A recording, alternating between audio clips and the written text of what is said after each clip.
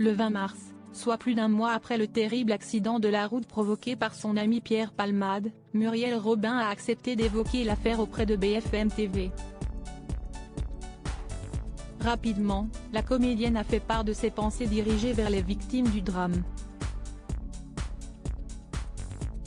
En 2019, l'humoriste de 54 ans écrivait son autobiographie « Dites à mon père que je suis célèbre ».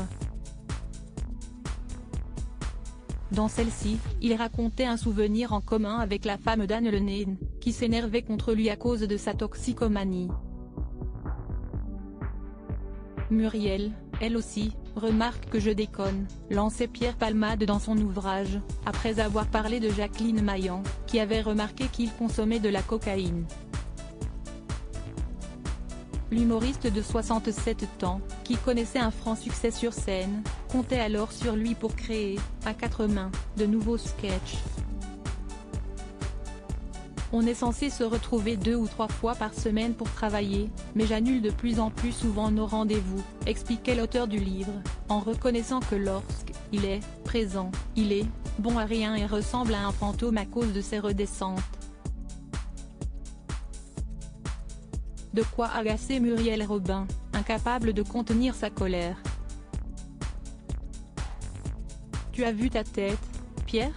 Tu m'emmerdes, tu ne peux pas aligner un mot devant l'autre, tu t'affales sur le canapé, tout juste si tu ne te mets pas à roupiller. On a du boulot, et toi, tu couves, lui avait-elle reproché, hors d'elle. Ce à quoi Pierre Palmade avait répondu en tentant de l'apaiser, et en lui demandant juste un peu plus de temps. Supérieure à Pierre Palmade, Muriel Robin, Michel Larocque, Véronique Sanson. Les femmes de sa vie, une réelle inquiétude camouflée par la rage. Rien de ce qu'il pouvait lui dire ne parvenait à calmer la femme d'Anne Lenane, désespérée par la situation et par le mode de vie de son ami. Plus de temps pour que tu me sortes des idées à la con, ça ne m'intéresse pas. Va te laver. Le corps, l'esprit, les neurones. Tout. Et après, tu reviens, avait-elle rétorqué, cash.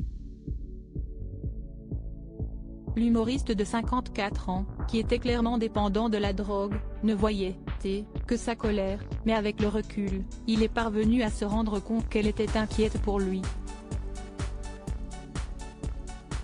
Et cet énervement fait écho à celui ressenti par la comédienne après l'accident de voiture qui a fait 3 blessés, le 10 février. Elle avait d'ailleurs disputé son ami à l'hôpital, en le traitant d'assassin et en lui écrivant une lettre incendiaire dans laquelle elle l'accusait d'avoir bouleversé la vie d'une famille, à cause de son addiction à la cocaïne. Article écrit avec la collaboration de 6 médias Crédit Photo, Coadic Y.